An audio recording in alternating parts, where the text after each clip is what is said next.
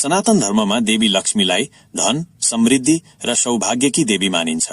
तर के तपाईलाई थाहा छ उहाँ हरेक घरमा प्रवेश गर्नुहुन्न? हो, शास्त्रहरूमा स्पष्ट उल्लेख छ कि केही यस्ता घरहरू हुन्छन् जहाँ देवी लक्ष्मीको कृपा कहिल्यै प्राप्त हुँदैन। यो भिडियोमा हामी सनातन धर्मको मान्यता र नेपालको सांस्कृतिक परिप्रेक्ष्यमा यो कुरालाई बुझ्नेछौं। त्यसैले यो देवी लक्ष्मीको हुन् र उहाँ किन महत्वपूर्ण छिन्। सर्वप्रथम हामी बुझौं कि देवी लक्ष्मीको हुन्। सनातन धर्म अनुसार उहाँ भगवान विष्णुकी पत्नी र धन धान्यकी अधिष्ठात्री देवी हुनुहुन्छ। उहाँको स्वभाव चञ्चल छ भनिन्छ, अर्थात उहाँ एक ठाउँमा लामो समयसम्म बस्नुहुन्न।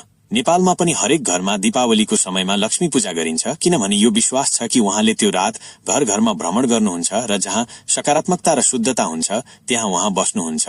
तर यदि घरको वातावरण उहाँको प्रकृतिसँग मेल खाँदैन भने उहाँ त्यहाँ पाइला पनि राख्नुहुन्न। 2. कस्ता घरमा देवी लक्ष्मी प्रवेश गर्नुहुन्छ? शास्त्रहरूमा भनिएको छ कि देवी लक्ष्मी त्यस्ता घरमा प्रवेश गर्न रुचाउनुहुन्छ जहाँ सफाई, शान्ति र सम्मानको वातावरण हुन्छ। उदाहरणका लागि, सफाई, घर सधैँ सफा राखिएको छ, मुख्य ढोकामा फोहोर छैन र पूजा कोठा पवित्र छ। सदाचार, घरका सदस्यहरू सत्य बोल्छन्, एक अर्कालाई सम्मान गर्छन् र झगडा गर्दैनन्। नियमित पूजा, बिहान बेलुका दीप प्रज्वलन र प्रार्थना गरिन्छ। नेपालमा पनि हामी देख्छौं कि गाउँघरमा तुलसीको मठ राखेर बिहान बेलुका पूजा गर्ने